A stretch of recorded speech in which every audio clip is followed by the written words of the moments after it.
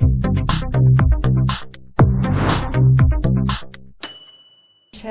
vous êtes directrice des stratégies, de la planification et de la coopération en Mauritanie.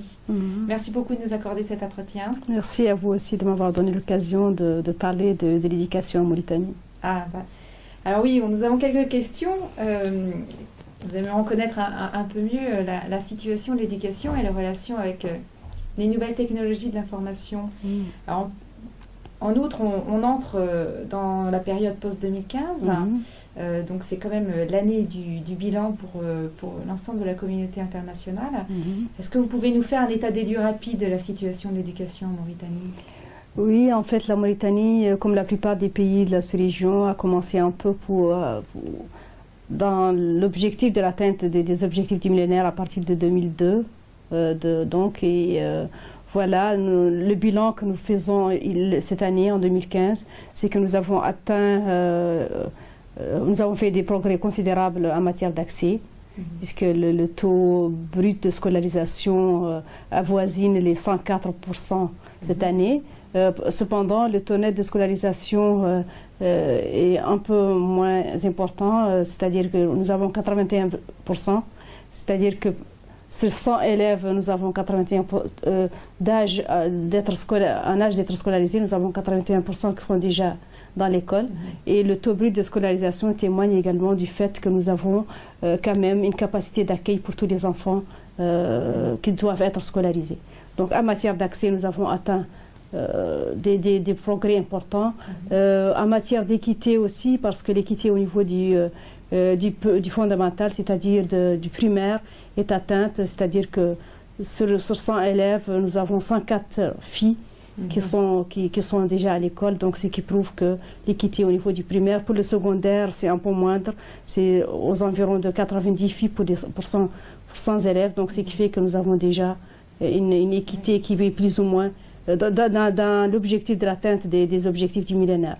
Bien sûr, pour le taux d'achèvement du primaire, nous avons encore quelques progrès à faire, parce que sur 3 enfants, nous avons 2 enfants sur 3 qui finissent le primaire, c'est-à-dire qui font donc une scolarisation primaire universelle. Donc nous voyons que pour le futur, pour les perspectives, il faut les défis. Le plus important, c'est essentiellement la qualité pour les années à venir. Donc nous pensons que pour 2030, les objectifs seront essentiellement basés sur la qualité des enseignements. Et là d'ailleurs, ça introduit un peu l'introduction des nouvelles technologies, parce que la qualité, ça va certainement avoir un impact important sur la qualité, l'introduction de ces nouvelles technologies, aussi bien en matière de planification, parce que vu l'introduction des systèmes d'information géographique au niveau de la carte scolaire, ça permet beaucoup de faire une mise en œuvre effective de cette carte scolaire dans un pays comme le nôtre, qui est très vaste et dans lequel nous avons plus de 74% des écoles sont des écoles qui sont incomplètes.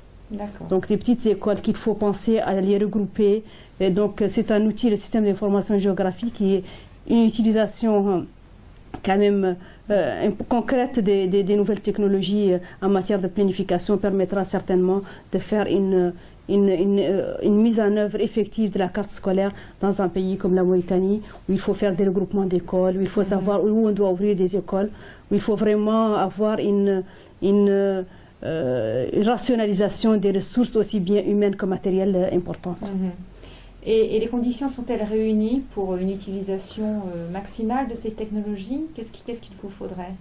Il faudra beaucoup de ressources, aussi bien humaines que matérielles, parce que dans les années à venir, il faut former les enseignants pour l'utilisation de ces nouvelles technologies, former les inspections, les directions décentralisées. Donc ça demandera beaucoup de moyens humains et matériels, certainement, dans les années à venir. Cependant, l'introduction est déjà là.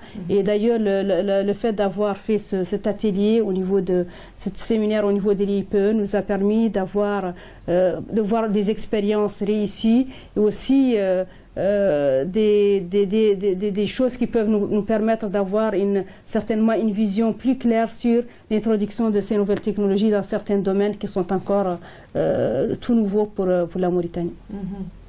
Et si on regarde maintenant vers Éducation 2030, qui est notre nouvel objectif depuis cette année, quelles ressources sont nécessaires pour que ces technologies puissent occuper un rôle central dans la planification et du coup permettre une éducation plus équitable, accessible et de qualité évidemment? Justement, c'est ce que j'avais introduit un peu là tout à l'heure en disant qu'on aura besoin de beaucoup de... Nous avons, quand on regarde les poches encore de résistance de scolarisation pour les années à venir, ce sont essentiellement les zones les plus reculées, les zones rurales.